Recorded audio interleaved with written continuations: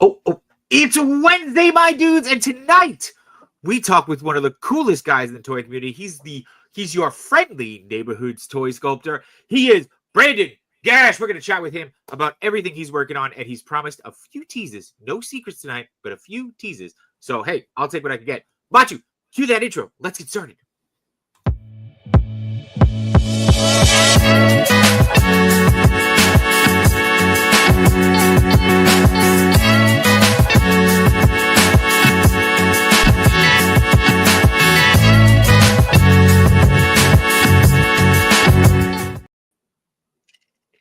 Totally wasn't ready for that one.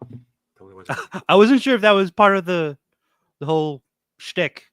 Nah, just caught me off guard. Anyway, it is Wednesday, my dudes, and welcome to episode 122 of Between Two Sentinels. 122. You know how many hours we can get back in our lives? At least 122. We'd waste them. Who we care. We'd do something stupid with them. But yeah. Machu, how are you, bud? Other than feeling a bit, I think it's the allergies. That's like, it just affected me the whole day, like since the morning. Like I got a late start. Other than that, I'm okay. Can't really complain. I got my Ken from Storm Arena. Yeah, I don't have. Oh, yeah. Seems like you've been liking it too. Yeah, he moves really well. A lot better than I thought he would. Okay. So I'm really impressed with this line so far, and I want to get Ryu because I see he's getting in people's hands already. So I want to see if I can get that early also. I don't know much about Storm, but it does feel like they wait forever to release something and then they pump a couple of things out. At least that's what I'm piecing together from all the conversations we've been having around them. So, yeah, I guess. Yeah, I mean, this new line, I guess, I don't know, because like we just saw these in New York Comic Con, like the prototypes. Yes, I want to say yes. Yeah, so we saw Ryu and Ken, and then I think there was a prototype of Baki figure, but like I didn't. I'm actually surprised I have this in hand already. Yeah. And like pictures are appearing of Ryu, so hopefully I can get that in. I just have to figure out where I'm going to get it from. But other than that, how are you? I'm okay. I took a nap before the stream. Woke up, thought it was Thursday, so it was really all out of it. So when I don't know that it's Wednesday, there's clearly a problem going on. So yeah. But I don't think I got anything in this week, which is crazy to me. As I look around, I'm supposed to be getting that Chaos Superman. Oh, the 5K. Yeah, well, yeah, I got it from Toys Metaverse, but like the third party one. So okay. that I think is coming tomorrow. Oh, so I'm looking forward to that. All right. I'm kind of enjoying not having anything this week. No, that was me last week. No new boxes added. So. It actually, it's not bad, Yeah. It's nice to have a little lull. So yeah. But I'm excited. I'm excited to talk to our guest tonight. He, been going back and forth with him a little bit beforehand, and chatted with him before the show started. I got a couple of messages. People are kind of pumped that he's here. So I feel like me too. I feel the pressure when that happens. Right? We have to deliver a good show. So right, like we had a little conversation earlier because we both weren't feeling that great, but we were like, you know what, let's do it. Let's do it because people are excited. So yeah. So all right, well let's see who's here, and then we'll bring him right in. So we got Josh Brown checking in with us saying happy Wednesday, my dudes. Of course, we got Dom hitting us with the hello there. Gears and Sprocket saying looking forward to hearing what Brandon has been up to. There you go. So see. Grumps is here. We got Trix Blast. What's going on, Mike? E. McNeil. Paul Morales. Dom says, yes, that was... I didn't break anything. I don't even think I touched it. That's... I think you bumped into the display. Nope. I didn't touch nothing. I didn't do anything on that one. So I admit when I'm wrong. I remember it. I think you did. I don't think it was me. Might have been somebody else. But I will say this: Storm Arena or Storm area is where we met the guy who dresses up like Macho Man and goes to all the shows. So I do remember that. So I don't remember that. Anyway, Rick Jones is here. It's gonna be a great show tonight, guys. Great show. I'm telling you, that's what happened, Dom. Toy Rensu hitting us with Sup, nerds. There you go. KJ Smith is here saying, "Yo, sup, peeps," and Steve Morrow saying, "Inspirational words." The more you know. KJ's here for a giveaway, I bet. I don't have anything to give away. You got anything to give away? I probably do. I just have to look for it. Yeah. Well, we'll see if KJ's still here 40 minutes into the show, and then we'll think about doing something. But anywho, why don't we stop screwing around and just bring in our awesome guest that we're waiting to talk to? And now I'll start sweating because of the pressure of making sure it's a good show. Hey, there he is. Hey guys, man, no pressure. Now the pressure really is on. So hopefully I don't screw this up. You just got to be you. It's all on us. You know? Okay, that's the problem. Okay. So, but welcome, dude. Welcome. How are you? Thank you, guys. Thank you. I'm doing fine. Thanks for having me. First time doing you guys' podcast, but I think we kind of had the same channels, like Toy Migos, all those Toy guys. Migos. So, yeah. So really, really nice to meet you guys on the pod. Yeah, finally. Yeah. I was just trying to think. I don't think we've run into each other at any of the cons previously. Macho, you haven't with me. Macho, did you guys meet up at WonderCon? No, I think I no, not Wonder. Wasn't that or WonderCon, DesignerCon? No, not at DesignerCon. I think we missed each other because you went to DesignerCon last year, right? Yep. Yeah. So I don't. Yeah, we didn't run into each other. I was only there one night, so I was just like in and out. Yeah. Okay. All right. Well, we're gonna have to fix that now for SDCC. So yeah, bug me, dude. Find me. You're gonna don't message me. Just find me. Hunt me. Just find me. I'll be there. And you're gonna be there whole week. You're gonna be there with. I don't know. Can I say what company you're currently with, or? Well, I'm currently working with the Mondo team, sculpting, designing some stuff. So I'll be there Friday, Saturday. So if you guys see me at the Mondo booth or see me just running around, bumping into stuff, grab me and say, "Hey, I know you. I've seen you before." I'm pretty easy to find. I hope. Grab him appropriately, guys. Grab him. Yeah. Appropriately. Yeah. Yeah. The wife wouldn't allow any inappropriate grabbing, so. Got to make sure we put that out there. I don't want to be like, somebody said on your show that we could go. Don't harass me. Yeah. They'll blame us anyway. You know that. That's fine. We'll get blamed for it. That tracks. When you go to SDCC outside of working, like take you out of the working hat, what are you most excited to see? You know what? Figures, yes. Artists, mainly artists, you know, like if I'm really inspired by like comic book artists or people behind the scenes working on toys, I geek out with those people. Really geeked out hard at Varner Studios booth like every single year because it's like those are the toys I grew up with.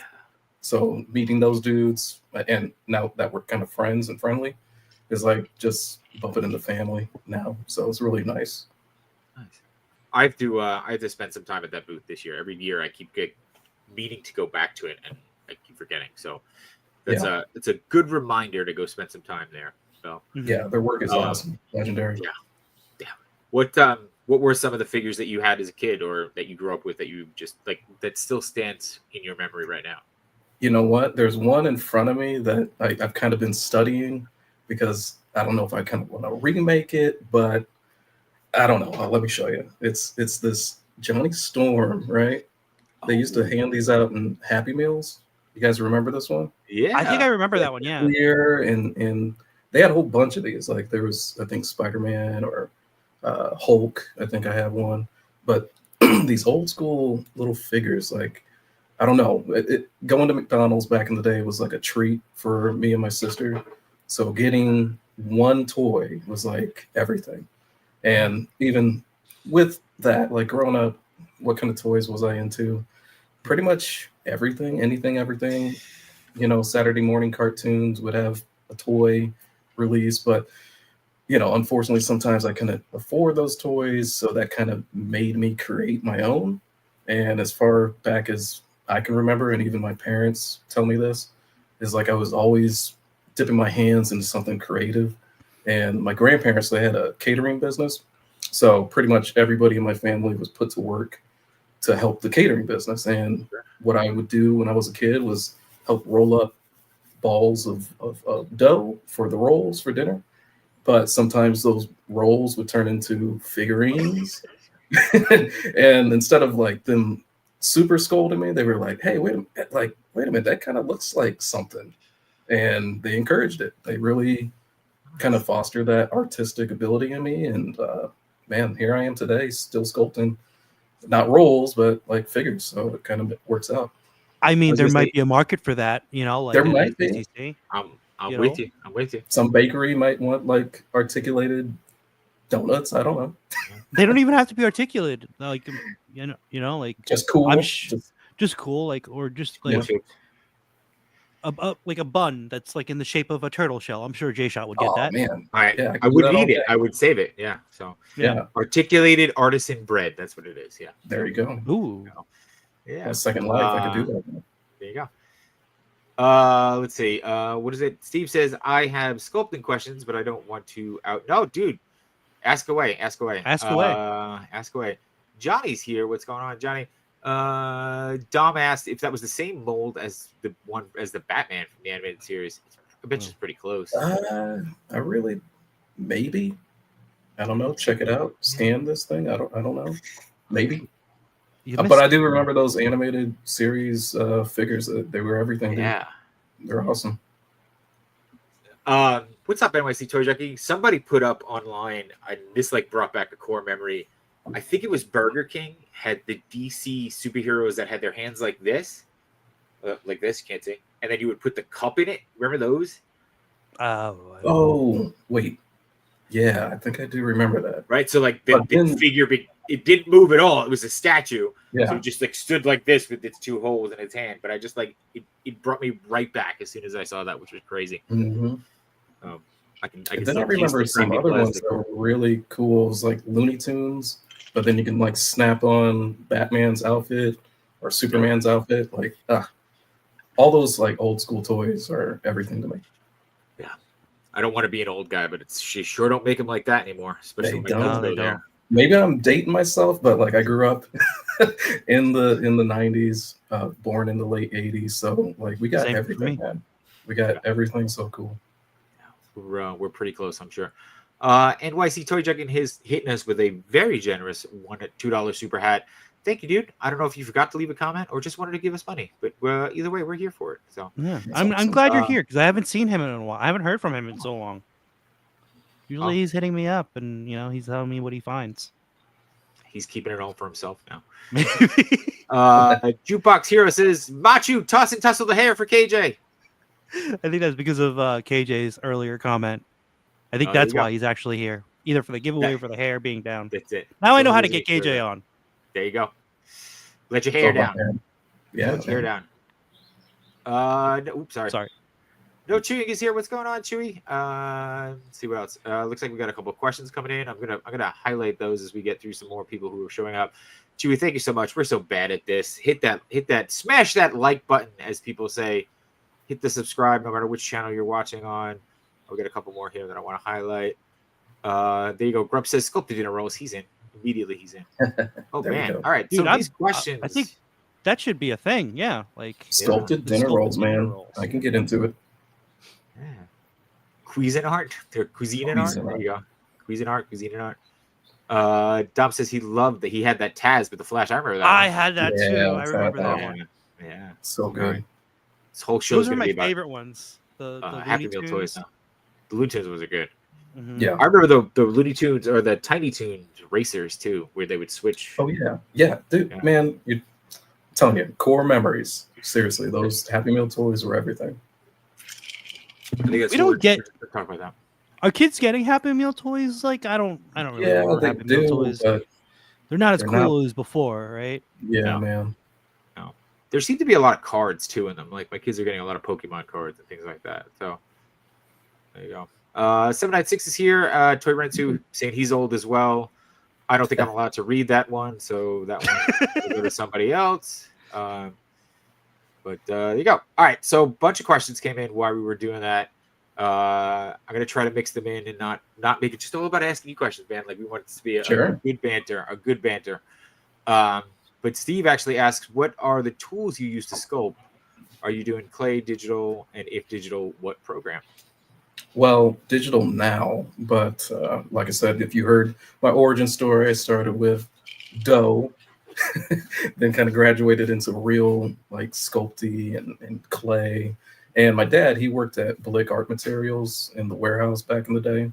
So, you know, some things would fall off the truck and he would bring it to me. I swear to God, like he really did foster like all of my artistic abilities because, you know, he just saw in me that I wanted to sculpt. And back in the day, even before toys, I wanted to get into special effects because I saw my first movie was RoboCop. I know it was bad. I walked in on my dad. He was watching it, and I was like, "Oh my God, what is this?" Like, ah, and I got in trouble. But my dad got in worse trouble with my mom. So she was like, "You better explain to him, you know, that it was just fake, something, you know, like you can't just traumatize the boy." Because, I mean, I saw Alex Murphy's head get blown back, and you need Spoiler to alert, kind of tell me like that's fake, right? So he took me to the local library, and I think we picked up like Starlog, Fangoria, all these other, you know, magazines at the local library. And he was like, "Look, this is how they make it. There's guys in a shop. They put this stuff together. You know how we build model kits of Star Trek and stuff? There's people that make that." And so forever, all I wanted to do was jump into special effects, makeup and props and stuff. And so really I was building stuff in my parents' basement and just in my free time to kind of build up my skills as an artist for movie special effects before toys even popped into my brain. It was like, yeah, I like toys, but I want to make monsters. I want to make like, you know, starships and stuff like that I see on TV and movies. And so, man, long story short, I started with clay, and then clay was good for a while. But I remember one time in college, I was sculpting something in my free time, and I left it out just on the table. And then the next morning, it was flat on the space. And I was like, oh, I put in so many hours, like, ah, man, it just killed me that I would have to start back over. So then I was like, man, let me like really wrap my head around, you know, any program, any digital sculpting program at the time. And it was ZBrush was the one. And it was like ZBrush 4 back in the time when I jumped on it. Mm-hmm. And I was just like, I got to learn this, or just, I see all these digital sculpts now. They look beautiful. How do I get good at this? So I just kind of trained myself and had classes in college for game art and design and stuff like that. And just continued to bang at it until finally, when I invested into a 3D printer, I was like, you know what, let me try this out. Let me like make my own creatures and stuff like that. And it was like a eureka moment, and really didn't go back from there. So it's digital now, but I still go back and forth. Like if I'm trying to figure something out, that's kind of like, I still get in some clay and some wax and try to do it traditionally too. So you do enjoy doing the sculpting traditionally? Yeah. Right? Oh yeah. But what about the cleanup? You know, it is what it is, but it's still fun, man. That's the one benefit of doing it in ZBrush is like you don't have to worry about like setup and cleanup because it's all, you know, it's all on the computer. But I remember when I first tried ZBrush and I was just like, well, this is actually really cool. Like it is like you're actually sculpting on the computer, right? And like the results look like, you know, if you put in the time and the effort, you can get some really cool results. Really great results. But there's also, you know, you have Blender, and for a while I was using SolidWorks. At one of my old jobs, I was designing and creating furniture. So all that stuff was like CAD files. And, you know, this is like just pretty cool nerd stuff. But, you know, I like measurements and design and all that stuff. So it all kind of fit together. That's great. I mean, first, a couple of things there that like stood out to me. You know, your dad encouraged this and like educated you, which is awesome. Like that's really cool. kind of just helping push you in the right direction. I mean, something like as a dad is something that I want to make sure that learning from you, right, and learning from what happened from your dad is something that I want to make sure that I encourage on my own kids. Oh yeah.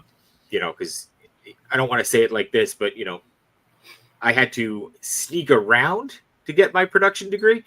Because it wasn't as encouraged as it was for you. He eventually became my biggest fan, but of course it was, you're never gonna make any money. What happens if you don't make it, kind of thing. And now I'm hosting a toy podcast, so yeah, look at that. There you go. Yeah, in your face. In the big bucks. Yeah. But it wasn't like my whole family wasn't like behind that, because like if you're choosing something in the arts, sometimes that's like, how are you gonna make money? Like I'm saying, I want to make monsters, like half of my uncles or aunts would be like, yeah, that's cool. Like, but have a backup plan. Always have something on the back burner. What you're doing, you're really talented, but always have something. And it's like, but I really want to do that, Yeah. So even when, because I was born in Illinois and took the journey to come out west, because there's no production companies there for special effects or any studio houses that really could just show me all that stuff or put me on a crew to make the stuff that I really wanted to make. So when I bit up the nerve to come out west, I was like, man, I'm hitting the ground running. I need to find a studio to do these things. And this is leading into toys, I swear. So on a gig, I was working and it was for Fonco, not Funko, Fonco. And he's done special effects for Nightmare Before Christmas, Star Wars, all sorts of other stuff like that, Guardians of the Galaxy. So I was like just nerding out, just put me in, coach type stuff. And working on vacuum form stuff, sets, little miniatures, and just really just grinding my teeth on whatever I could put my hands on. And I bumped into a guy on a gig. He was like, man, I can't wait to get back to my regular job. I was like, what do you do besides this? Like, this is awesome. And he said, I make toys. And I was like, toys? Like, where? And he was like, I make those little tin cars for Jada Toys. I was like, what? Like, you can do that? Like, you can transfer this into that? And from there, man, many, many years ago, I just caught the bug and just chased this dream as far as I could. That's crazy. How long were you doing like special effects for? Really, it wasn't long until I switched gears, because as soon as I was working those gigs, I'd say maybe 2 or 3 months in, I met that guy. And when he put that bug in my ear, that was my focus from there. It was just like, I got to get into toys. And so I still was doing traditional sculpting, but still, in my free time doing digital. And from there, I was just beating on every electronic door on LinkedIn for any company, any person. I think I bugged David Bonner like 1,000 times before he paid attention to me. And I was like, hey, you got any work? Like, I'm a freelancer. I do this. Here's my portfolio. And finally was given chances. One chance I was given was freelance sculpting for Lanard Toys. Tier 1 was like a little startup here in Irvine somewhere. And so I was hungry, man. I was just starving. Awesome. That's awesome. Do you remember what the first either figure or toy that you sculpted was? Oh, hold on. I just want to acknowledge this before it goes away. Yeah, look at that. Look at that. Oh, $20, man. $20. Nice. Jeez, Toy Amigos, thank you so much. My dude. Great seeing you on Saturday. What was Saturday? Oh, look at a little toy meetup amongst friends. A little Korean barbecue after Frankensons. Oh, nice. Yeah, it was nice. Great seeing you guys. Well, appreciate you guys as always. And I still owe a replay for Chat Amigos last night that I couldn't make.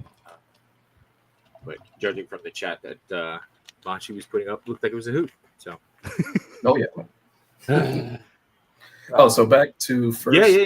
Toy. Well, here's the thing. It's like sometimes I would work on some stuff, but then it wouldn't get released. So I have like a library of stuff that I worked on for Lanard Toys that did make it to market, but then I worked for this other company, and it was a startup, and we were doing like God of War figurines, Street Fighter, little statues, a lot of video game based. What was it? Conquer.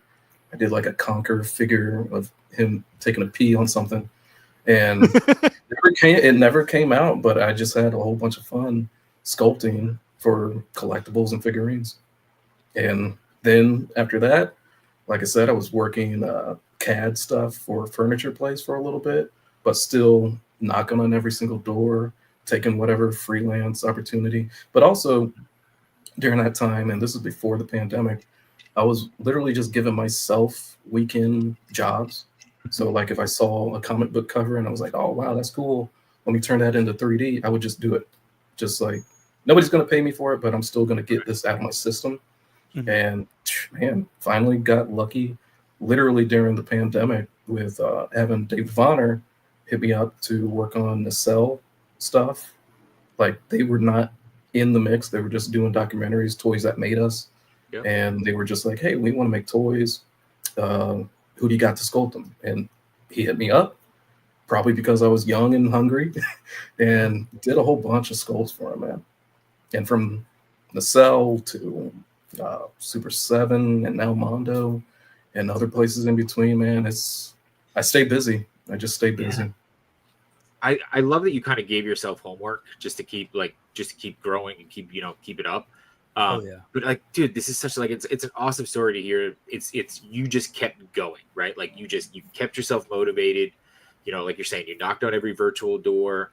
It's almost like the old school stories we used to hear about, like Spielberg would just crash into the studio and just start doing stuff about it. Like it's really cool. It's really, really awesome. And I'm sure you've told the story a million times, but no, I think it is that old school way of like, if you don't have it in front of you, you go out and get it. You just if you're hungry enough, you'll find it. You'll find your way out and to do what you really want to do. And so I wasn't going to stop until I at least saw or had in hand a figure.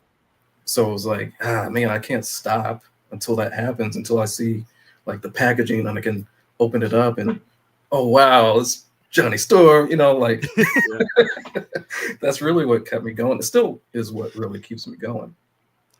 It's funny how many different like talents or jobs are intertwined within toys, because like from your story, like when you're doing special effects and you're like, wait, like when you're talking to your friend and like you can apply that certain aspect to toys, and you never realize that, but like it's crazy. And also like all the toys is what like brought us here, and like how we're all meeting each other, right?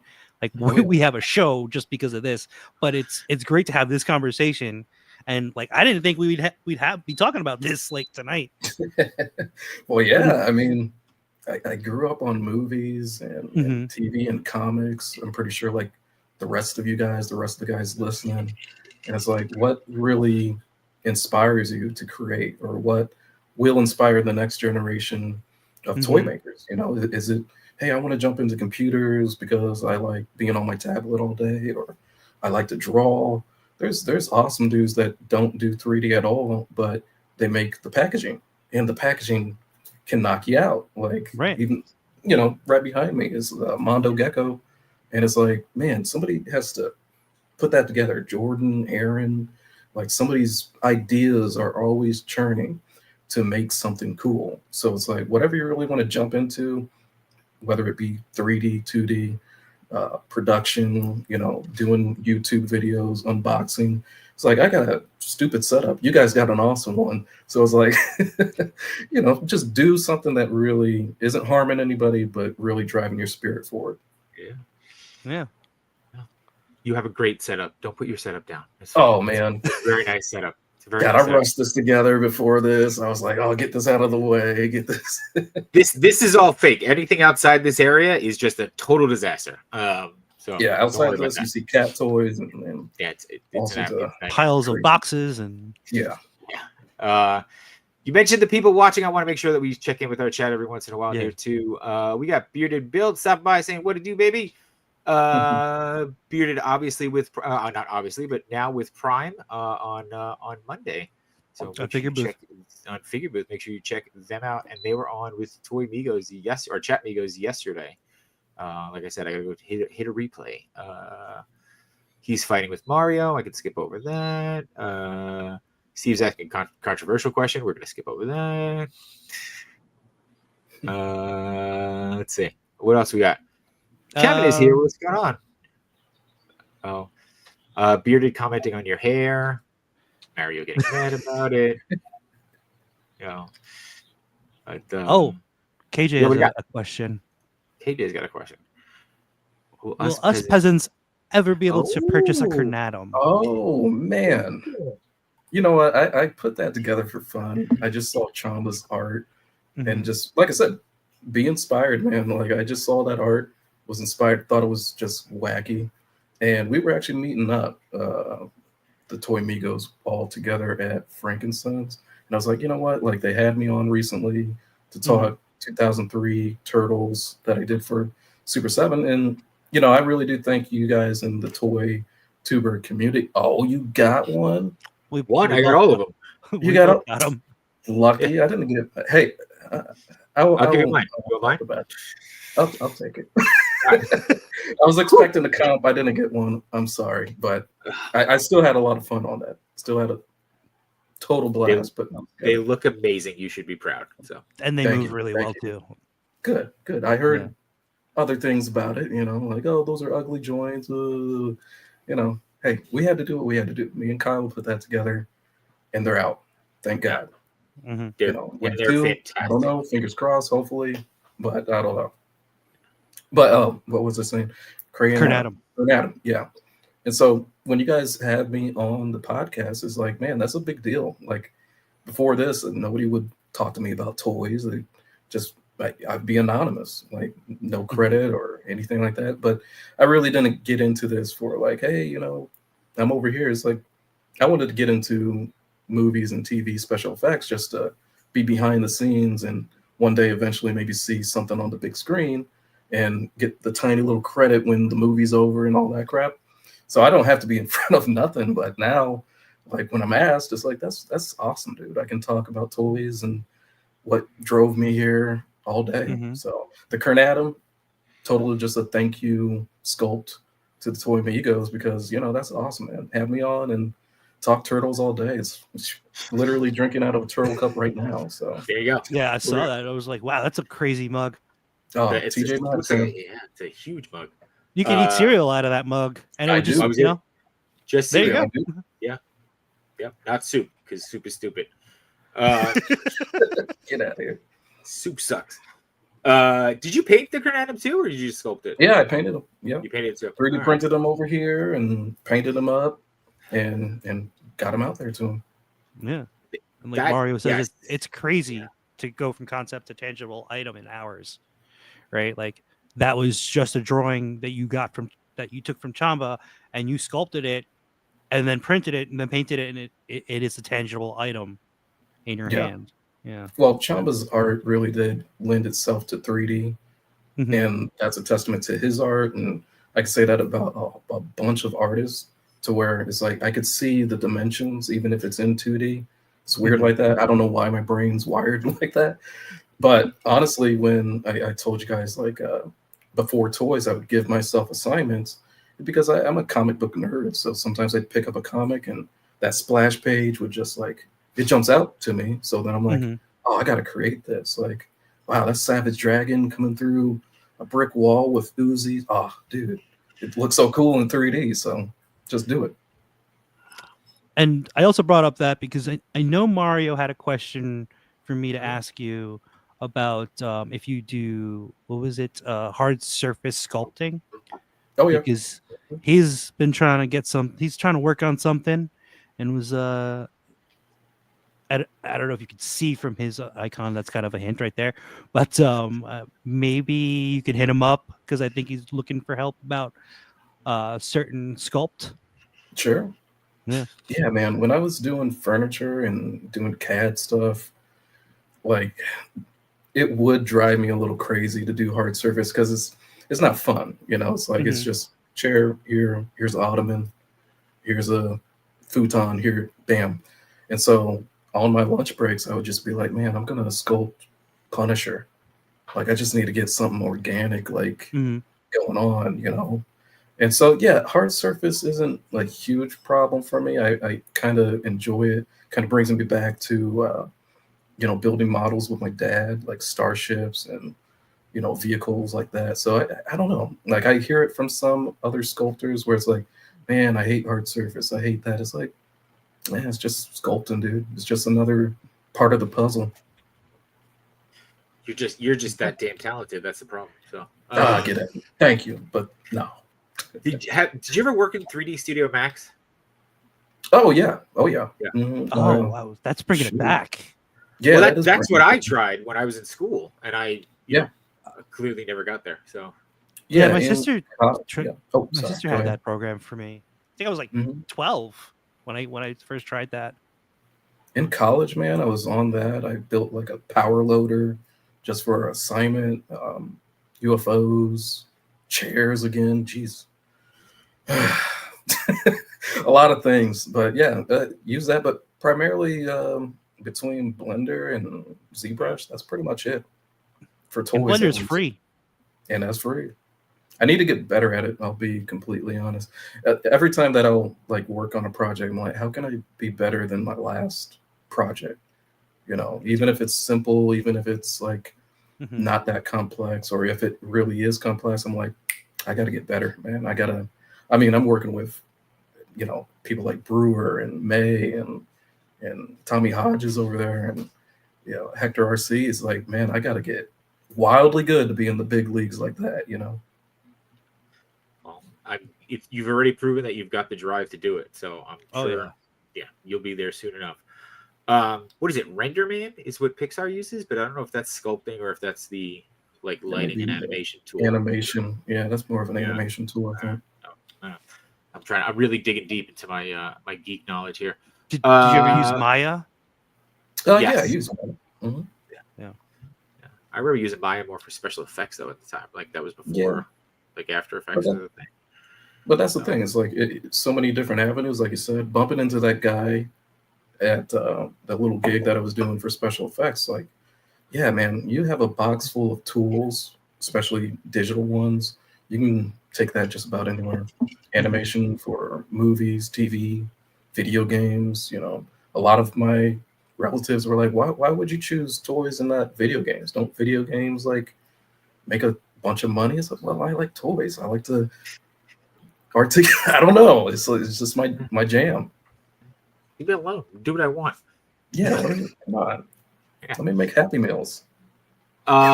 Steve Morris says, what type of role figure could you create for 9 to 5 warriors? There you go.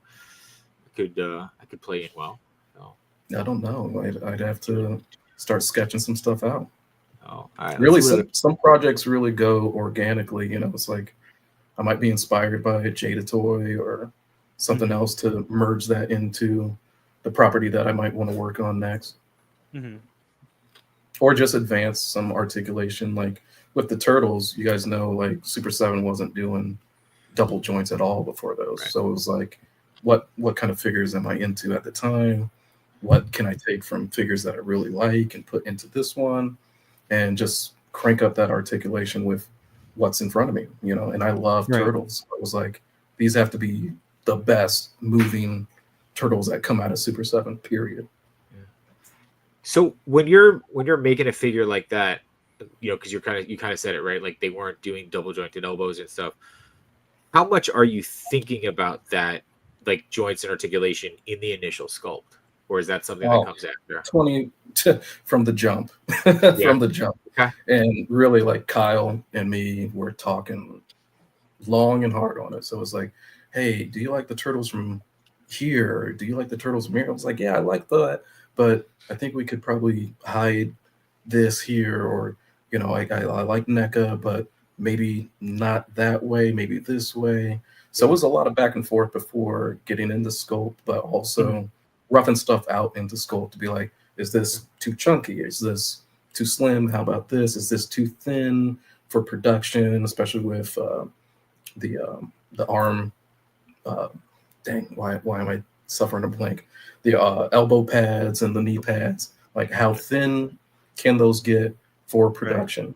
Yeah, and still give you over 90-degree bends and all that. So a lot of that, starts off, yeah, exactly. It's like we study it. We have like a kind of a vision board, a lot of back and forth on like, hey, does this look weird if we scoop out more material to show off the joint, or do we hide the joint?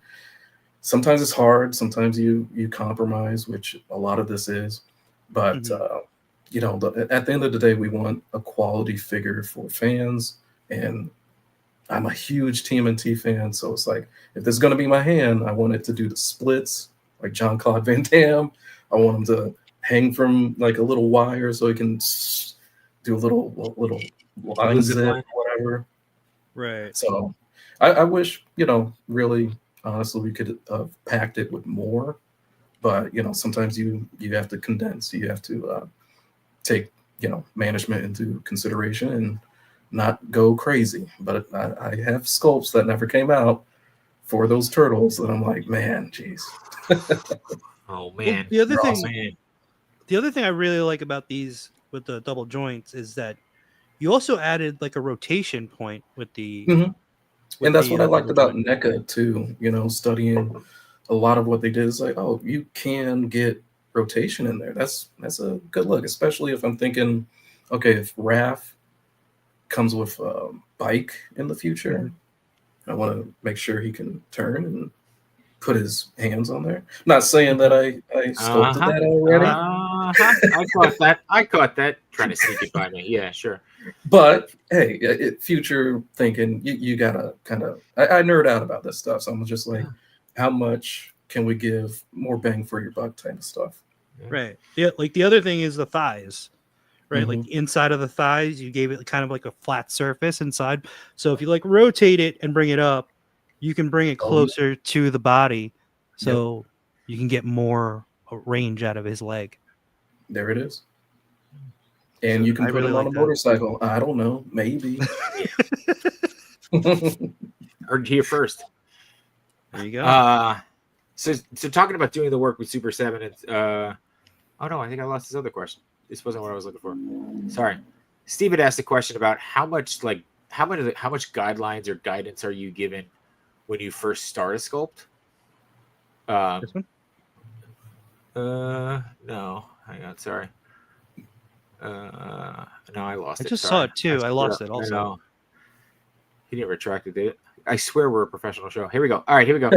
What kind of guidelines are you provided by a Super 7 or a Mondo asking you to start to sculpt the figure? Like, I guess, yeah, like what's the brief look like, right? Where it's like, hey, we want to make the the 03 turtles. Do they just say go with it, or are they like, here's our must-haves, here's our nice-to-haves? Yeah, usually, especially at Mondo, I'm given a design brief sheet, usually with turns or just references, and really up to the art director. Let's say Hector, he'll hand me the design. It came together through another artist, and it's like, we want this, we want that, we want that. But also during that process, man, especially if I'm into, and usually I am into what I'm working on. If I have an idea and I pitch it like, hey, here's the sculpts, but man, I think we can add like this accessory because it goes with the show. Like, you remember that episode? Like, that'd be a cool Easter egg to put into the sculpt. Oh, yeah, you're right. Boom. And it just gets approved like that. So really there's a lot of collaboration when it comes to design, sculpt, and direction. Hopefully. In this case, it just works out that way with Mondo, to where it's like, man, every single artist on the team respected, and your input really matters, because it's like, hey, we're putting out the product, but if you're a super fan like TMNT or Motu or anything like that, like, raise your hand, say like, hey man, this would be rad to put into this because I'm a fan, and if I got this on the shelf, I want to play with that. I want to play with this, or that head sculpt would be awesome here. And man, it's like making great music together with other great musicians. It's nice to hear that the collaboration is there, right? Because I mean, like, especially where I work, right? It's a lot of like, yeah, that's nice, but do it this way. And to your point, right? Like, when you have the passion for something, it can only enhance what you're creating, as opposed to just pushing things forward. So now that's very rare. It's a rare case. Like I've worked at other places and I've worked with other teams where that's not the case. It's like, well, cool. No. Sculpt what's on the page. Here it is. This is the number of accessories we need. Boom, get it done. And sometimes, that's not as fun as, having an idea and having to sit on it. That's why, like when I said, it's like, oh man, we can put Raph on a bike, but we don't have the budget. We can't do it. I'll just sit on the sculpt, man. I'll keep it on the back burner. Yeah. And I got a 3D printer, so it's like, I'll just print it out myself. So I don't know. You keep mentioning this bike. Steve's on fire tonight. He says, when you create something like the toy Bumblebee bubble gun, how much of the concept do you own, and what is the difference of ownership of your creation versus the company who owns your creation? Oh, that's a good question. That's a good question. I mean, I came up with that Bumblebee bubble gun, like just at the top of my dome, and it never went into production, never got made, but I think they keep the idea, but I really don't know what they do with it. I think they just kind of bank it. And I mean, if I went into production with it, they'd probably be like, hey man, you gave that to us. Don't use that. Don't use that gun. Why am I seeing this on the shelf and it's not for blah, blah, blah toys and it's for BG toys now? Like, we might have to sue you. I don't know. I never chanced it like that, so I just don't do it. Because I would imagine a lot of what you do is work for hire, right? So anything it's usually like whatever you come up with while you're there, technically they own. It's theirs, yeah. If it's something that I'm working on just my free time and you see it posted on Instagram, it's like, man, it's like this is a little passion project, or man, I was sitting on this now, that I'm away from the company, or I never put this in front of the company when I was working there. I feel safe to share it. Like recently, I was just talking to somebody about this too. I was really wanting to do the 2011 Thundercats. And I was like, man, I just like the designs that they came up with. And we never got there at Super 7 to do the 2011s, but I just made them anyway. I just kept them like in a folder, just rough sculpts of like all the characters. And working with the Mondo team, they're now jumping into 112. And I just was like thinking about it the other day. I was like, man, it would be awesome to get some Thundercats through that lens, right? Just like, and then lo and behold, I'm like cleaning off my computer and I'm like, what is this folder? What is 2011 TCats? I just totally forgot. Like I had put that away to one day maybe show Super 7, but by the time I was away from Super 7, I had to get busy on other sculpts for other companies and just forgot about it. And so maybe those go into production somewhere else. I don't know. But for now, they're just fun sculpts for me. I love it. Yeah. You completely forgot about them. So. Just in a like, you guys don't know, like there's stacks of just drives that I have filled with back burner sculpts. This heat just sitting on a shelf, just sitting there, chilling. Imagine how much turtle stuff he has just sitting there. Oh, clearly, there's a bike sitting there. Clearly, so. There might be. I don't. Maybe some more. Yeah. So knowing Mondo, J-Shot, you might have to make some space for this bad boy. Yeah, he's big. He's huge, and this was man. I love turtles, so getting handed this chunky dude, and if you guys remember the old school figures. Like especially these new releases of the soft vinyl, they feel like when you're a kid again when you get them in hand. It's just like, oh wow, it's like it's an experience. And did you see this at WonderCon or DesignerCon? Did you see it? DesignerCon, I saw it. Yeah. So you saw it. Looks amazing. The unpainted version. Yeah, the unpainted one. And it's the size of my chest, like literally that big, and. Like me and Brewer, like just pretty much going with his design language, made this beast, and I can't wait to make more of these, to be honest, because they're just so much fun. Yeah, and it's through the lens of James Groman too. He had some designs, and Groman just knocks it out of the park every single time, man. He's created pretty much our childhood favorite toys. So it's like bringing them into soft vinyl now at Mondo is chef's kiss. It's awesome.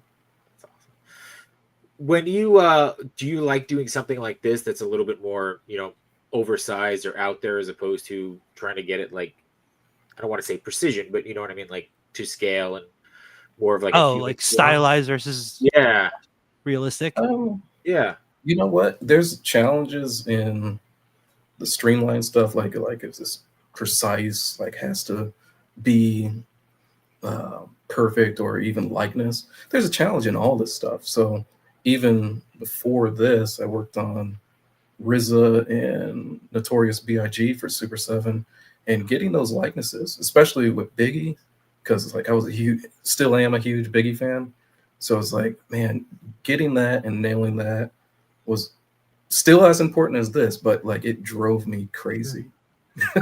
Like it drove me crazy. There was sleepless nights and days where I'm just like, oh God, I don't think it looks good. I don't think it looks like him. And I was covering him from every side, every angle, watching the music videos, watching everything on him, just so like it felt good to me. And even I would bring my wife over. It's like, does it look like him? She was like, yeah, what are you talking about? What, are you kidding me? I was like, I still don't think it looks like him. I'm going to go back to it. And so I really did. There's challenges in all this, but what do I prefer? I prefer sculpting, period. Because I just have a gas putting all this stuff together, whether it's this huge chunky dude or the Carnatum, small little dude. It doesn't matter. I just love doing this. For something like Biggie that you kind of stress over making it right or up to your standard, so to speak, how many times, I don't need an exact number, how many times did you start just from scratch, where you just like, it's not work, almost like the crumpled up paper, toss it into the bag? I'd say, well, what was allowed for us was about 2 weeks turnaround. So that's why I had sleepless nights, because like we would have meetings like through the week. So it was like Monday meeting, okay, blah blah blah, here's what you're doing all week. Wednesday, we'd like to see some kind of update. So it was like from there to there, mad dash to try to get something right. And if it wasn't right, I can't show nothing, so I have to show you something. And I would put the pressure on me. So it was like that 2 week window really was like a month's worth of work in just 2 weeks. Especially since you mentioned, oh, sorry. No, go for it. Especially since you mentioned like you were watching and looking at all these different videos with Biggie in it, right? Like that's unpaid work right there. Like that's all the research, Yeah. Research and development. Exactly. I'll tell people like, oh yeah, it took me 7 hours to like do like a stop motion, but like I'm watching like constant YouTube videos of getting the animations and movements down, and that's not counted towards the 7 hours. It's like, no, and there hadn't not been like a really realistic Biggie figure before. Like some stuff was just stylized, like how the shredder is. So the proportions were all wrong. I couldn't use anything that came before as a reference. So it was like, I got to do this completely from scratch, and it has to feel and look like Biggie. Until that's executed, I'm not getting up from my chair. I'm not getting up from the tablet. It's like I was locked in, just locked in. Completely locked in. And it paid off. Yeah, the body and everything else, that was the easy part. Doing the Timberland boots and little folds in the fabric. That cakewalk. Face. The face is what really, it was everything. That's the moneymaker right there. That's why. Yeah. But I could say that with other figures too, like Hachiman for Thundercats, and some of that stuff is like, it's important for me to nail it. Like if it's a cartoon, and I'll give it up to Alex Brewer too, man. He can see something in 2D and translate it into 3D in like minutes almost. That's what it feels like to me. It's like, okay, you're seeing Batman animated series, and he's like, yeah, I feel like this is it. Boom. And it's like, yeah, that's it. No notes. Like, that's perfect, dude. It blows my mind. But that's what keeps all sculptors up to that level sharp, because it's like you got people like that just it comes naturally. You just bang that stuff out, and really, if I'm going to be at that level too, it's like I want to get as good at doing translation of cartoons to 3D as just as good as taking a picture or a music video and turning that artist into 3D. You'd mentioned the 2-week turnaround time for a sculpt. Is that average? Is that quick? Like that was super quick and kind of standard over there at Super 7. Because when I started over there, man, it was just like we're wheeling stuff out. Maybe a little longer on certain projects like Cat's Lair. That took about a month. But that was fast too because we had to get that ready. A month for Cat's Lair? That's yeah. But we had to get that ready for SDCC. So that was a quick, like all hands on deck once everything was kind of roughed in, sculpted, and I wasn't alone on it. The full team put everything into the Cat's Lair. Yeah. And when you're working with a team, crap, man. Jeez, I got a lot of crap on my Instagram. There's so much stuff on your Instagram. Look at that. Look at that face. Look at that. That's biggie. When you're working on a team, you're also motivated because if you're on a team with a bunch of like A-listers, you don't want to slack off. You wanna pull your own weight, right?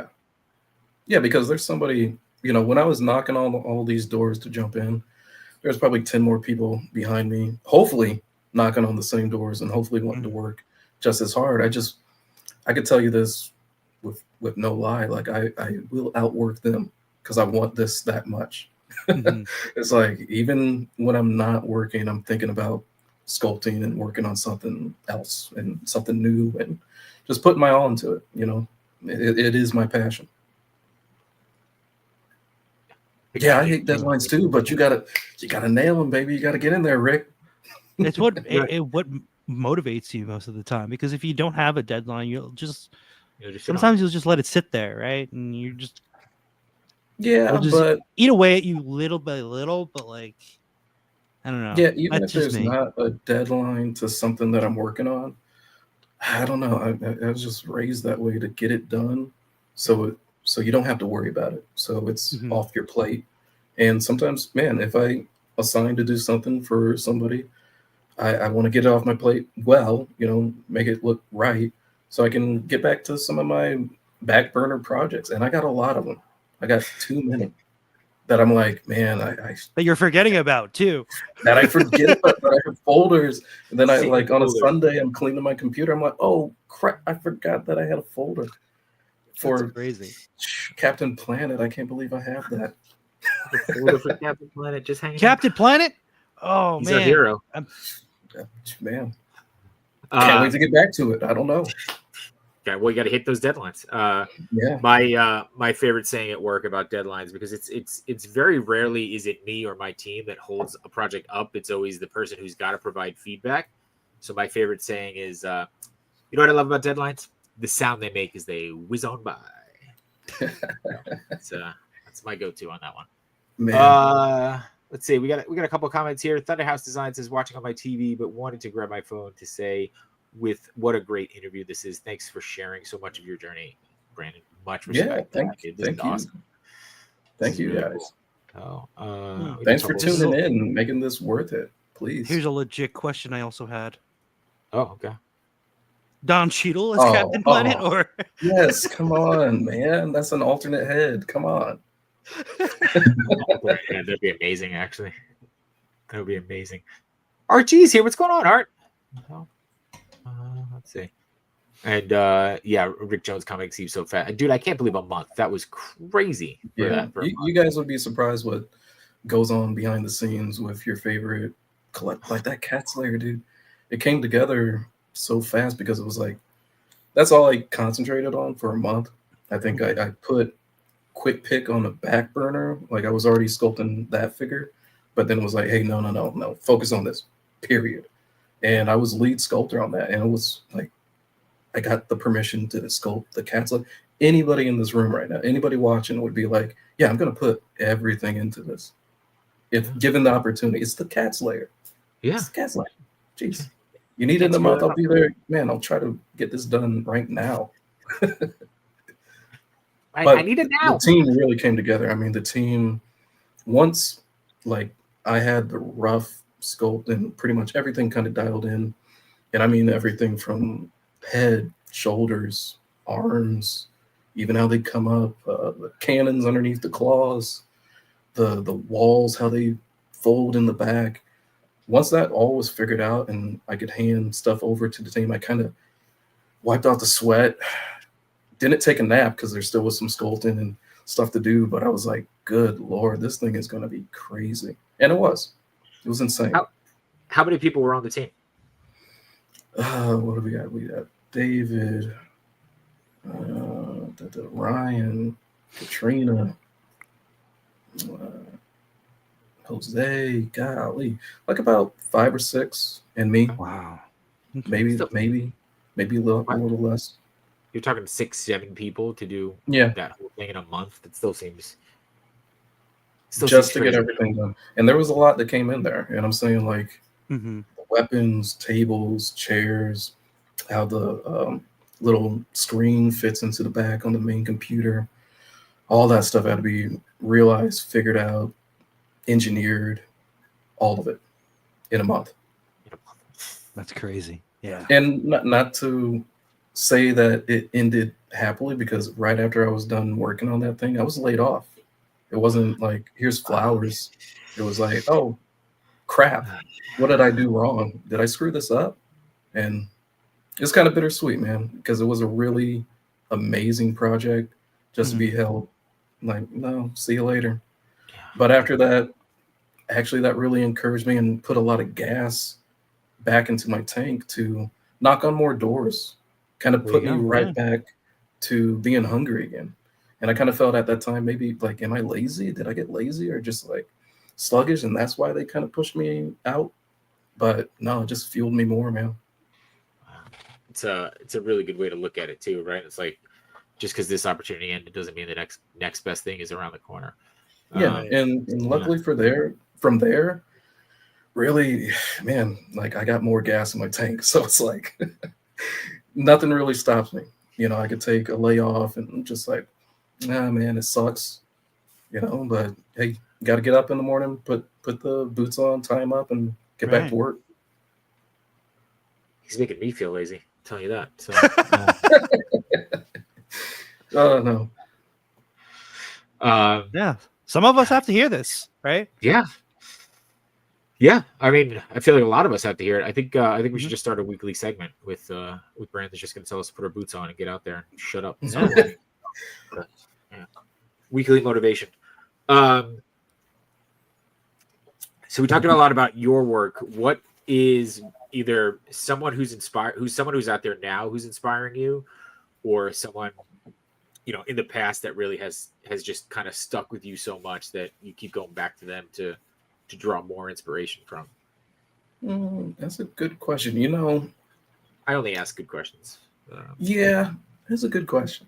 But really, during the 90s, man, like being a horror head like I am, when I first saw like the movie Maniacs and all the stuff coming out from McFarlane, back then still inspires me now. Like if I see some old figure at a swap meet or a toy shop, a comic book shop, I'll be like, man, that's really cool. Like I'd like to reboot that somehow. Or like I'm still inspired by people that still worked in wax or still sculpt traditionally.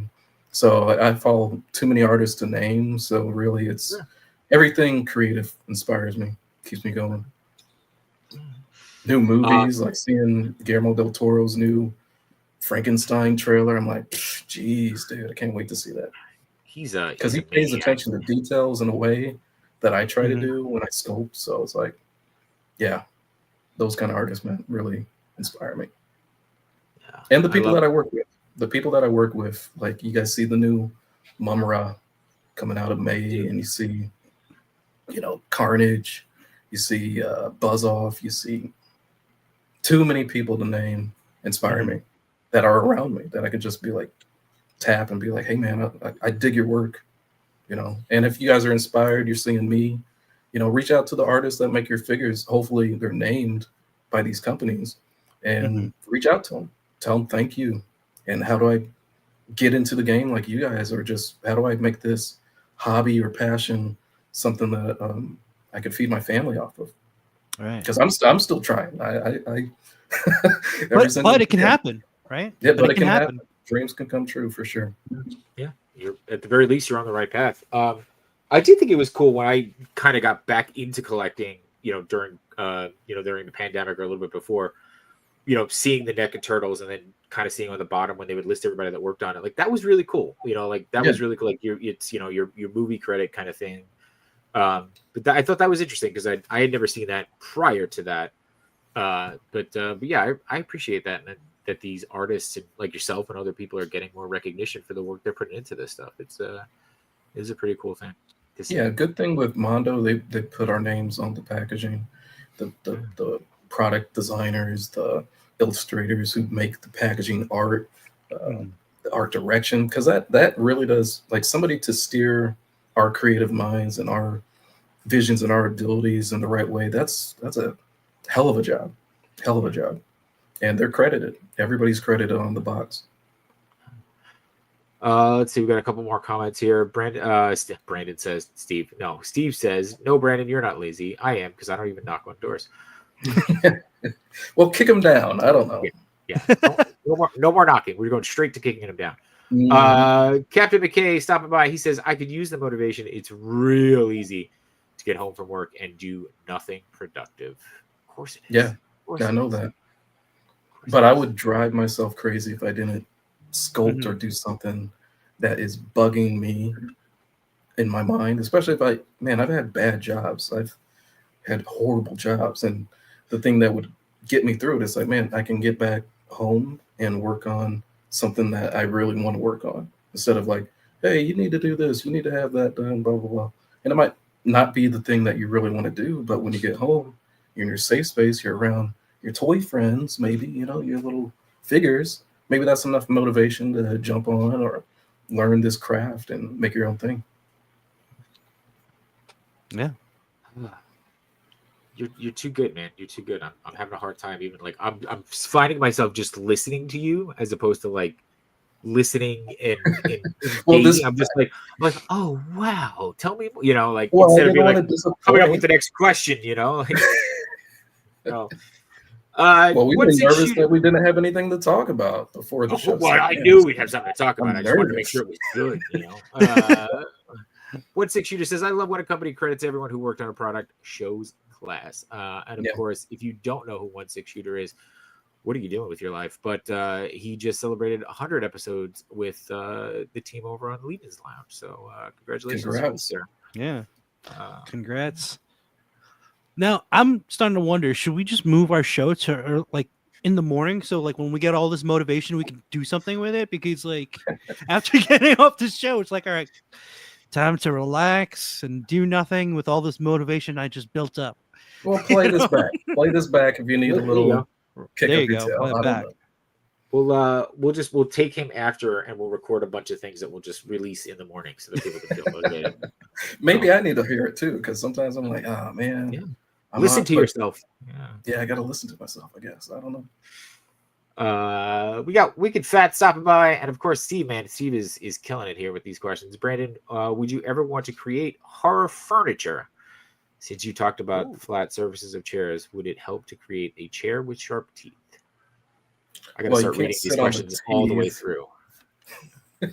Well, you can't sit on the teeth. You got to make it functional. But oh man, props, like when Halloween comes around, I'm printing stuff, and like, man, if I had more room, I would have like at least 6 printers going to build an outfit.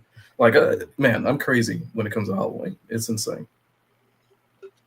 Even before Halloween, I'm just like, and thankfully my wife, she digs horror as well. So she's like, oh, you should make something scary or a monster. And I'm like, you're given time, I'm going to get on the computer. I'm going to start making a monster. Have it in the next few hours. Yep. You just casually mentioned there, making outfits and stuff. Is that something you're thinking about trying? Are you thinking about getting into like creating like I don't want to say cosplay, but like a full suit? I've done it. I've done that before. Oh yeah. If you go back to my Instagram, man, there's too much crap on there. But I made like a Spawn outfit. Was it Killmonger a couple years back? Before that, there's a ton of stuff. What was it? Morton Joe's mask from Mad Max, and that was traditionally sculpted. So during those times when I would just sculpt, traditionally I would make molds and just make tons of stuff, dude. All right, I'm scrolling. So, You're Machi, you can ask a scrolling. question. Yeah, I'm I scrolling. could tell Machi, you you ask a when. question. I All don't right, know where to stop, but Let me go. is that at the end? No, keep going. There's plenty. Keep going. More. Like I said, there's too much crap. Oh, yeah, even me and Vonner. Oh, go to this middle one right there between Hellraiser. Yeah, that's actually a pumpkin. Yeah, that one right there. That's a pumpkin that I made for Halloween. What? Like yeah. Stop it. No. Oh my god. Yeah, that's crazy. That's an actual pumpkin. Because we all float down here, dude. So that's traditional crazy. sculpted. I got me and my cat building it with the magic putty here. And that was for work because, like, man, this is when I still worked at the furniture place. And so any chance that I got to do something creative, I was just like, I'm going all in, dude. And plus we had like a little like pumpkin carving contest. Don't give me that assignment. Because I'm not gonna it's not gonna be fair for you. So like boom, just had to do it, man. Damn. Don't give me that assignment. I love that. 2019, that's crazy. Feels like a lifetime ago. Let's see what else. Oh, over if you go up. Sometimes I like doing these little assignments too. That Godzilla. Okay. And I made like this wall-mounted light-up lamp. Oh my god, that's awesome. That's really for cool. my brother painted it, did everything to it. Yeah. So yeah, in my free time, I make monsters. Like you don't have to give me any money. I just want to make monsters. And I'm surprised Kyle hasn't asked for that. Yeah. Oh man, or something. That's like a long time ago. Stuff with my cats, little outfits, and yeah. Further down, you'll see more of my creature stuff, and just man, I'm wild. I'm wild like that. Well, and you just kind of called it out too, right? So 2019, you were working at the furniture store, and now you know, 6 years later, yeah, like that's yeah, that feels like it feels like a short window. I mean, you know, not to say that you didn't put in the work, but like that feels. Did it feel as fast as it is now? Like at thinking about it now, or is it still like you said? Man, it feels like a lifetime ago. But I pinch myself every day that I'm doing what I'm doing. But honestly, you know, because I was so hungry and because I did put in the time and the 1,000 hours, as it were, to really advance my skill sets. Like it feels like I've been doing this a long time. Yeah. Those are traditional sculpts too. Some of the outfits, I made that Boba Fett outfit and Han Solo prop. Jeez. Like it's wild. That's wild. Yeah, so really it does feel like I've been doing this a long time. Well, I mean, it's in your bones, right? Like it's something you know you've had to do, or to somebody you're born to do. So I can totally understand that. But even just, dude, 2019 feels like forever ago. But when you think about it, it's only 6 years. It's crazy. Yeah, wasn't that long ago. But yeah, I still got gas in the tank. That's the thing.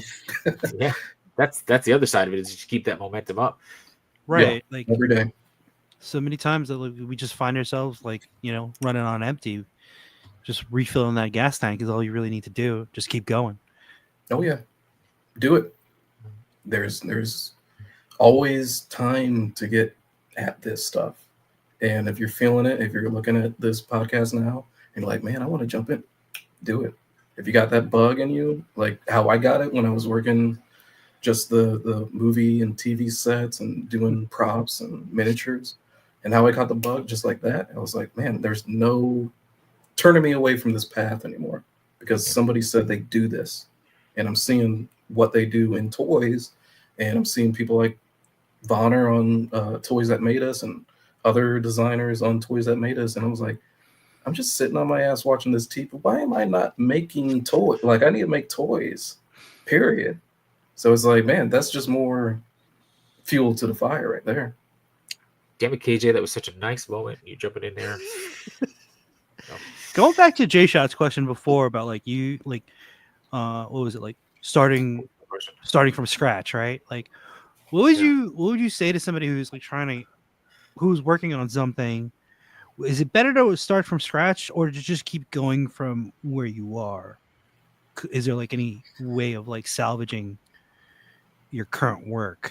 Well, it depends on what you're working on. If you're not happy with it and it's your original piece is not for somebody and you don't have deadlines, give yourself the freedom to say, no, this ain't good enough. I'm going to start over. I've done that, man, so many times, even with digital sculpts where it's like, yeah, I'm not happy with that. Scrap it. Start from square one, just a plain circle or a plain sphere, bang it out, get it the way that I feel it needs to be. Mm-hmm. Because you're going to be your biggest critic, I think, creatively. Right. Because if nobody's seen it yet, give it time to incubate and grow and nurture it, just like you would anything else. When you start over, though, right? Like if you're let's just say you worked on something and then you start from scratch again. Whenever I do that, I find that my starting from scratch is faster, though, because you've already learned something from there, right? So exactly. You're still shortening that window, I would say. Yeah. It's like what a musician might do. It's like, I got a chorus line or something, or like I like that beat here, but then I don't like it right here. Yeah. So it's like maybe something is salvageable from your first draft where you can apply that to the second one, but make it better. But if you need to, like if it's looking like dog crap, man, get rid of it, trash it, and get back to square one, to your baseline. Right. Okay. I know where you're going with that. I've done that even with traditional art. Like, I think you've seen some of like my 2D work amongst the 3D stuff. Like, I would paint sometimes, and if I'm not happy with a painting or something, I gesso all over this thing and just start from scratch. It's like, yeah, I feel better looking at the blank canvas now, rather than looking at something that I'm like, oh man, that screwed. Too many things are off. Yeah, all that is bad. Trees, and grew up with Bob Ross, so it's like a happy tree over here, little lake over here. If it doesn't vibe with me, I'm like, scrap it, dude. Start over. The tree's not happy enough. It's not happy enough, man. Even if you're like 80% done, like if you're 80% there, sometimes, yeah. My mom's scolded me for that even back in the day, because I would literally sculpt something and then just leave it on the table, go do something, come back, and I'm like, I don't like it. And before I would even like, she'd be like, no. And she would save some of my stuff. And going back to visit them in Illinois, I'd be like, what? I thought I got rid of that. Like, why did you save that? It's not even halfway. Like, I was trying to sculpt Darkman or something, and it's like half burnt face or something. And my mom was like, you were about to throw this away, and I kept it. And I was like, get rid of that. That looks like crap. Like, I can do way better now. Darkman of all the things too. It's Darkman. Oh yeah, Sam Raimi. What were you gonna say about you? No, I mean I was gonna say, but like at least your mom tried to keep it. Like that means, and like, that's a testament to them to save my work. But 1 year, and it kind of drives me now to make some of the throwback toys even more now and modernize them. But my parents, like, they had a lot of old stuff for me and my sister up in their attic back in Illinois. And one winter, the whole roof collapsed on everything from old toys, old albums, everything was just ruined. And my dad, unfortunately, he was going through a lot during the time, couldn't get back into the attic. He had cancer, liver cancer. So he was really weak, going through a lot. And the next time that I came to visit them, everything was just gone because he hired some local people to just clean it up. It's wintertime. It's causing a draft.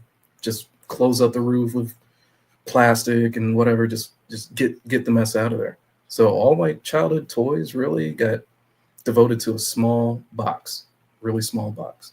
And so now another thing that motivates me is like, man, I got to make that's why I have a lot of back burner projects, because I'm just like, man, I got to recreate some of the things that really motivated me or I was inspired by as a kid. And a lot of those figures, I won't rebuy them, but I will remake them someday, all of them in full.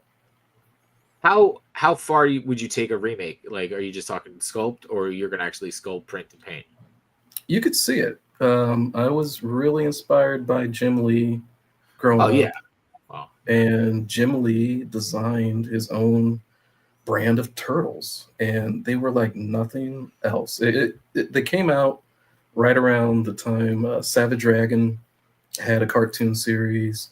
Youngbloods was on USA Network, and he did these TMNT, really wacky, futuristic. It screams 90s. Like, you see these designs, and it's just all 90s all day. And Playmates put them out. I remember seeing them at Kmart just like that. And I was like, that is the gnarliest, craziest Raphael I've ever seen in my life. And I had those figures, just 3 of them. And they never gave me Leo for whatever reason. He never came out. And like I said, coming back and visiting my parents and not finding those old school figures kind of, it dug in me a little bit. And instead of just going back and buying them, which I could, I was like, no, maybe I have the skills to remake them, make them bigger, make them badder, make them faster, stronger, whatever. And that was my mission, like literally last year, like in between doing the 2003 Turtles and working on other stuff, I just developed my own Jim Lee inspired Turtles, fully articulated, fully detailed, brought into the modern age Turtles. But they had the attitude of the 90s. Like, you can't tell me that. The bandoliers, the thigh straps. Yeah. And wild enough, like last year when I was at Comic-Con, I painted this one up and saw Jim Lee. He was there. And I had him sign this turtle. So it's in the background. It's like right over there on my shelf. That's amazing, dude. That's full circle. Yeah. What was that conversation like? It was fast. I think he was like, okay, who is this kid coming up to me with a turtle in hand? And I was like, you really inspired me. I made these turtles, and I know you designed the turtles. Can you sign this? And he was like, yeah, sure, dude. Yeah, here you go. You want a picture? And I'm like, oh, yeah, I need a picture with you. Totally, yeah. Just awesome. It was awesome. That's crazy. That's really cool. Mario says, I'm a big believer of scrapping. Henders is always in my trash bins. Mario, that topic was actually meant for you, so that's why I brought it up. So there you go. Gotta take them out. Justin Collects is here saying, hey guys, what's going on? KJ asking if it's giveaway time. I don't know. Do we have anything? I don't think we got anything. I'm looking to see if I have any doubles of anything. I know I have a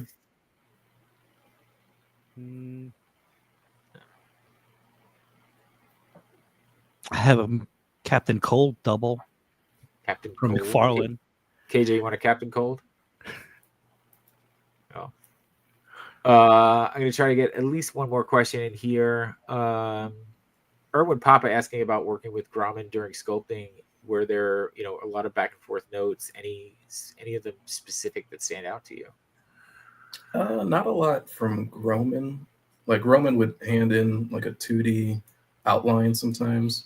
Mm-hmm. And it's like fully realized. Sometimes he would hand in initial sculpts, like some of the accessories with that new Jaws soft vinyl. He already had realized that into 3D. Just some things need to be bumped up detail-wise, get ready for production. But the shark and the cage, that was all in 2D, and I just had to translate that into 3D. And the art director, Hector, over at Mondo, really, he steers most of all these projects, same with Peter. So we have more of a dialogue than me and Grauman on this, but he still is in the life's blood of all these projects that are designed by him. because like, man, you see his art. It's, at least for me, I already see it in 3D. He designed the Street Sharks, and like that Ripster was already, like, I saw it already because I'm like, man, that is Ripster, but it's just amped up to the 10th power through his lens. So it was like, man, I think the first draft, like the first pass on it, it was at least 50 to 75% there through sculpt. I just had to amp it up and amp it up. And if you see his own work, like his own sculpt work, you know how far to amp that stuff up. He's texture crazy, detail crazy. There's details on top of details. And when I'm sculpting too, especially since I paint, I'm always thinking like, man, how cool can a wash look in the grooves of the sculpt? Or man, once this gets into paint, maybe the textures on the arm, like it feels like real skin, or the jeans have like a raised relief, so it really does feel like fabric. It's all the things I'm thinking about when I'm sculpting. So those specific notes is like, if I see it in the design or if I don't, I'm always thinking like a couple steps ahead, especially with Mondo. Is like, you know, you see what you're getting in those paint samples and those prototypes because, man, they're top notch. Like those are collectibles that you really want. How do you edit yourself when you're doing a sculpt like that, right? When you're talking about like the detail on top of detail, like, you know, do you literally start here and go, all right, I got to bring this back down? Or you just kind of, you know, as you go figure like, hey, maybe we don't need as much here type of thing? Kind of that, like maybe we don't need as much, maybe a little less is more. But sometimes I have to be told that because I'm like, yeah, I get a little off into the winds where it's like, let me keep on pumping on this and keep on putting a lot. But then that takes more time. And if we have a sharp deadline to get onto another project, then I have to really tell myself like, this is good, this is good. Like step away. Like, yeah. You gotta put the pin down, man. One of my old coaches would always tell me, "Done is better than perfect," just so that way I can get to the next project. You know, exactly. Yeah. Progress over perfection, too, right? Like, and sometimes I'm satisfied at that stopping point where it's like, Ripster was wildly detailed, and I was like, this is good. This feels right. Like if I got this in hand, and even off the screen, and I 3D printed my own, you know, little prototype at home, and it felt great. I was like, yeah, this baby's cooked. This is good. It's ready to eat. This is done. Nice. All right, we're gonna put the giveaway screen up here. This way we can make sure KJ stays a loyal fan to us. But I think we're gonna keep asking questions. So hashtag giveaway for KJ gets you Machu's second Captain Cold. Why he's got two Captain Colds, we don't know, but there you go. All right, KJ, this is for you, buddy. Go get it, and then we'll draw it right away. No, I'm kidding. We're not gonna cheat it. Hopefully you get it. You just said something there too, and I wanted to build off of that. And you're saying like it's got to be like fully formed for you, and it's good enough, right? Like you 3D printed it, you baked it, it's good, it's good to go. Do you? And then we talked earlier about you making a bunch of figures that never came to realization. Do you remember the first time that you worked on a figure that you saw it, like maybe not like in the studio or in a prototype form, but like as you were out in the real world and it just kind of caught you off guard? Yeah. You know what? And it was like a couple of years into my toy career when I finally saw RoboForce figures that I did for Nacelle and the Sectors figures that I did for Nacelle at a Walmart. I was like, what? I was like, oh shoot, this actually is in a Walmart. That's awesome. Like I could tell my folks who are back in Illinois, like, hey, if you go to your Walmart, you could find a toy that I made. You could probably buy it. It's more affordable than a Mondo. You know, I was like, I can gift you those, but you know, you can actually pick that one up if you wanted to, or tell your friends, pick it up. I like Lanard Toys. Like when I was just sculpting and doing freelance stuff, it's like those are so cheap. You can get them. Just go and grab them. You're telling us stories about your mom saving your sculpts that you were ready to throw away. I am sure she was first in line to pick a few of those figures up. So yeah. I send a lot of toys to them. They literally birthdays, holidays. If I have like a new release out, I'm just like, send them a toy because I know they're proud. They tell me every week, and you know, my dad, he's my best friend at this. He's a bigger nerd than me, believe it or not. So telling him like, hey, I'm working on this figure. He's like, oh. And if it's something that he digs, I send him something. That's awesome.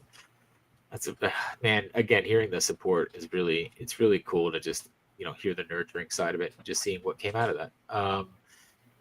Johnny, the giveaway is for a Captain Cold McFarlane figure, but it's not for you. It's for KJ. So, you know. Oh, there you go. I'm kidding. Anybody can enter. I think we got a couple more questions here, man. I feel like we beat you over the head with questions, so I apologize. But no worries. Again, what you've been sharing is just really, really awesome. Have you ever worked on anything Spider-Man or Deadpool? Not officially, but for myself, yeah.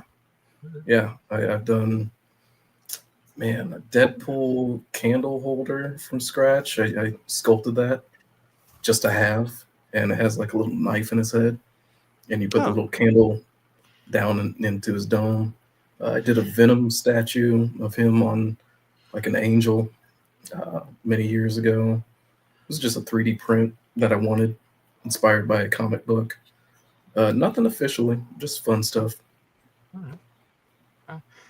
And then Lago's looking for updates. Wants to know what's going on Thundercats 2011 and the Jim Lee TMNT. And we just talked about that. Well, but he's hoping they get produced. You know, well, they'll get produced by me and printed from my printer. Until somebody's like, "Hey, I dig your work. Maybe we need to produce this into the real product." I'll take. I'm over here, friendly neighborhood sculptor, man. I'm all here all day. I love that too. I think we got to everything. Johnny did ask earlier about Super Shredder. Is he going back up in the shop, or is he officially done? Not for sure, but maybe that's going back up.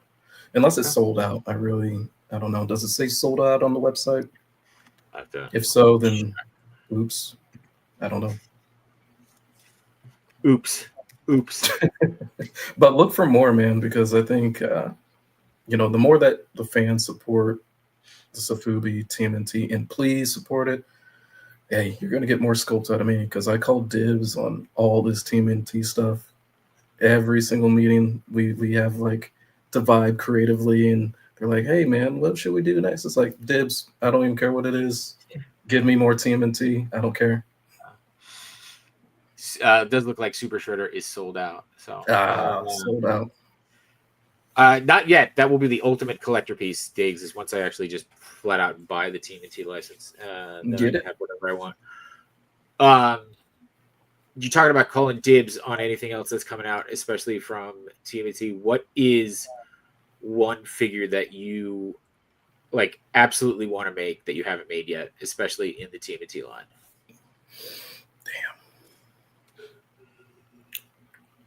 Has to be Shredder. I don't have a Shredder under my belt, because I did all 4 brothers for Super 7, so I feel I scratched a little bit of that itch, and I've already scratched a little bit of the itch that I wanted with the Jim Lees. But man, I want to do Shredder, man. I got to do a bad guy.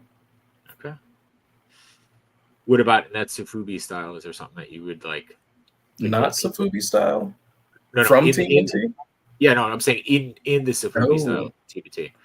I don't know. For some reason, I immediately went to Pizza Face, because I just think with all the that'd be there, cool too. Crazy. Oh man. Yeah, Pizza Face would be awesome. Let's see, Rat King, man. Like, I think a Rat King Sofubi, especially through that lens, would be really gnarly, because it's just like he's nasty, man.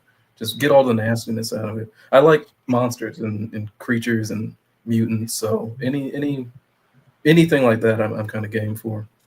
All right, Johnny, thank you for the $2 super hat, but you probably could have put that towards a third party, not a third party, a reseller for your Super Shredder. But hey, maybe it comes back. Who knows? Yeah, but hopefully. Appreciate you, man. All right. I think it's time to hit that button and see if KJ actually walks away with this bad boy. So last 30 seconds, get in there for Machu's second backup, his backup, Captain Cold. His second in command, Captain Cold. I don't know where I'm going with this. But I'm gonna hit the button in 10 seconds. 3, 2, 1. Here we go. Oh man, if it's not KJ, I'm gonna laugh. Oh, I thought it was there. Oh, it's Lago. It's Wow. Lago. Congrats On the Captain Cold. The backup Captain Cold, not even the mainstream Captain Cold. It's the backup. The backup. I think I ordered this and then I found it in the in Best Buy. That's why I have extra. That tracks for you. So, KJ. All right, here we go. Last question, because we're at our limit, and I feel bad again that we've been hounding you. No. When you paint your 3D figures, do the joints scuff out really quickly?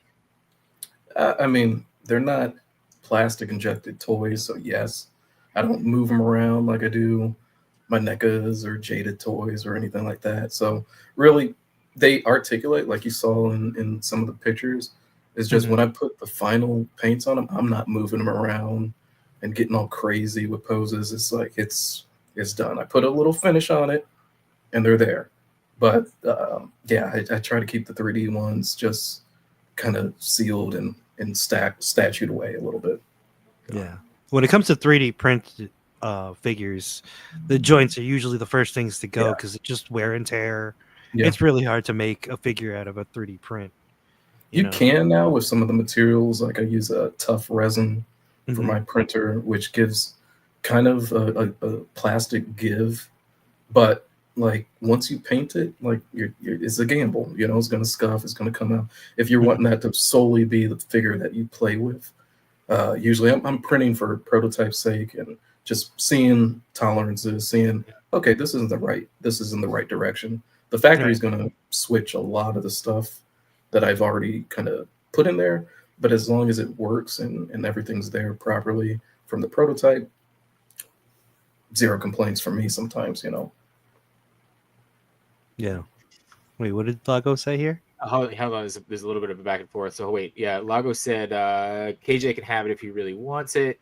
And then KJ said those damn NMO guys ruining everything. And Lago says, you know what? No, I'm gonna keep that. I'm gonna go ahead. So there you go, KJ. You lost out again. And of course, we got Yimbo stopping by saying happy Wednesday, everybody. Of course, you can catch Yimbo on the Toy Days TBC Top 10 on Monday nights, and Yimbo reviews everything on Sunday nights. So, dude, this was absolutely incredible. I want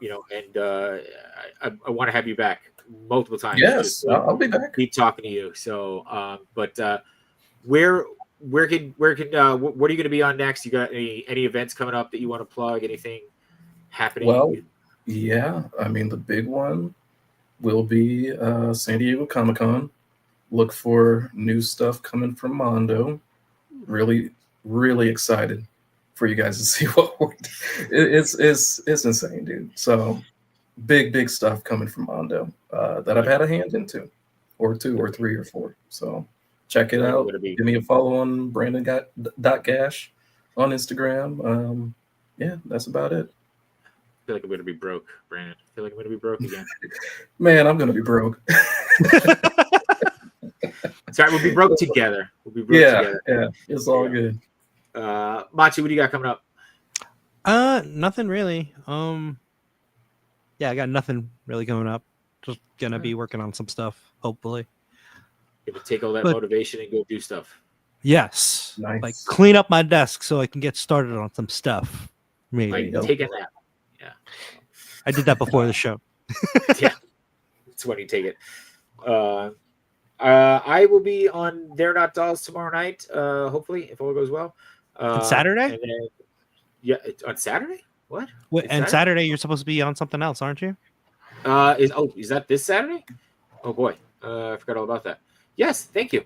This is why I put it in the calendar. Yes, I will be on Turtle Talk with Dave Wonder and Mr. Geeky, and I don't know who else. We'll see who swaps by. So, but yeah, and then of course, check out Figure of the Month videos are up and running. If you want to go see me running around the woods dressed up as Indiana Jones, you probably find a better thing to do with your life for 6 minutes. But hey, I appreciate it. I felt like you could have charged for that, but that's just that's a different thing. That's a very different thing that I'll charge for. But anyway, dude, again, Brandon, this was absolutely incredible. Hell yeah. Thanks dude, for having me. Yeah, it was great chatting with you guys. Do it in the future, man. Invite me back. Yeah. Love to talk toys with you guys again. Don't threaten me with a good time, my friend. I will take you up on that offer. But yeah, appreciate everybody watching, whether you're watching live or on the replay. We appreciate you guys. We wouldn't be here without you. It's the only reason we keep showing up is to talk to awesome people like Brandon and have you guys ask these amazing questions. And we get to learn stuff, and hopefully you guys have a good time. But you know what? It's about that time. It's about that time for us to shut up, and get out of here. J-Shot, stop talking. Bye, everybody. Have a great week. Watch you do that out. Peace. See ya. See you guys. Oop, that was the wrong one. You know what?